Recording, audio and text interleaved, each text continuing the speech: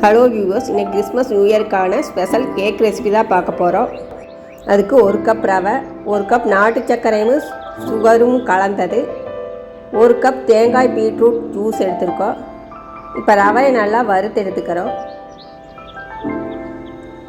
ஒரு மிக்சி ஜாரில் சர்க்கரை சேர்த்துக்கிறோம் 1/4 கப்பு. அது கூட வறுத்து வச்ச ரவையை சேர்த்துக்கிறோம். நாட்டு சர்க்கரை 3/4 கப்பு, இது வந்து 1/2 கப்பு எடுத்துக்கோங்க ஒயிட் சுகர். அது கூட வெண்ணெய் 3 ஸ்பூன் போட்டு நல்லா அரைச்சி பவுட்ரு பண்ணிக்கிறோம்.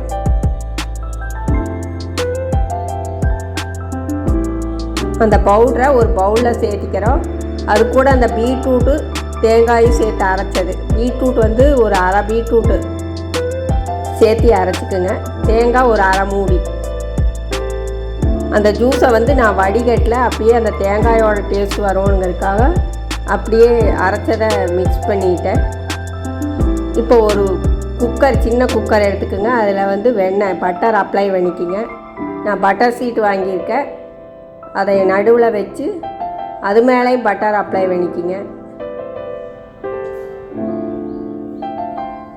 இப்போ அந்த கலக்கின மிக்சரை வந்து இதில் குக்கரில் ஆட் பண்ணிக்கலாம்.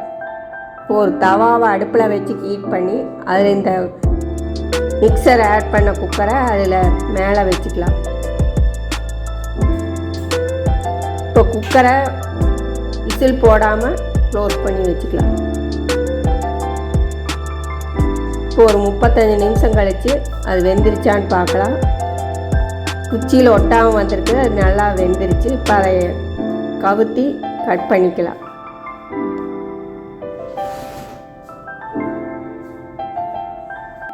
இப்போ அது மேலே இருக்கிற பட்டர் சீட்டெல்லாம் ரிமூவ் பண்ணிக்கலாம். கேக் கொஞ்சம் அன்ஈவனாக வந்திருக்கு. அதுக்கு காரணம் வந்து கீழே இருக்கிற தவா வந்து ஃப்ளாட்டாக இருக்கிறதா எடுத்துக்கோங்க.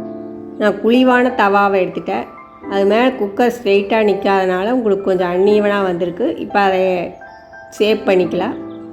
இப்போ அது மேலே ஹனி ஜாம் சிரப் வச்சு டெக்கரேட் பண்ணிக்கலாம். அதுக்கு சுகர் சிரப் ரெடி பண்ணிக்கலாம்.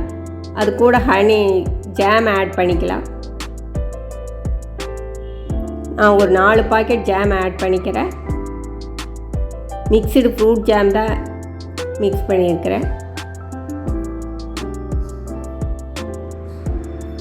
அதை நல்லா ஒரு கரண்டியை வச்சு நல்லா மிக்ஸ் பண்ணி அது நல்லா மெல்ட் ஆகி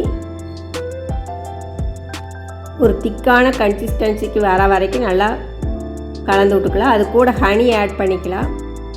ஒரு 2-3 ஸ்பூன் ஹனி ஆட் பண்ணிக்கோங்க.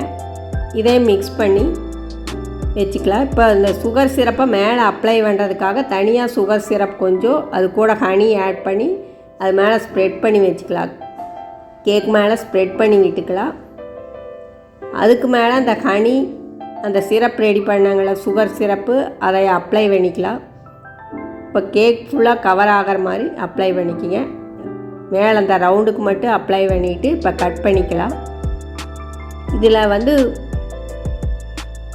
பேக்கிங் பவுடர், பேக்கிங் சோடா இதெல்லாம் மிக்ஸ் பண்ணாதனால ரொம்ப உங்களுக்கு பேக்கரி கேக் மாதிரி வராது. உங்களுக்கு விருப்பம் இருந்தால் baking soda 1/2 spoon, baking powder 1 spoon add பண்ணியிருந்தீங்கன்னா உங்களுக்கு பேக்கரி கேக் மாதிரியே வந்துடும்.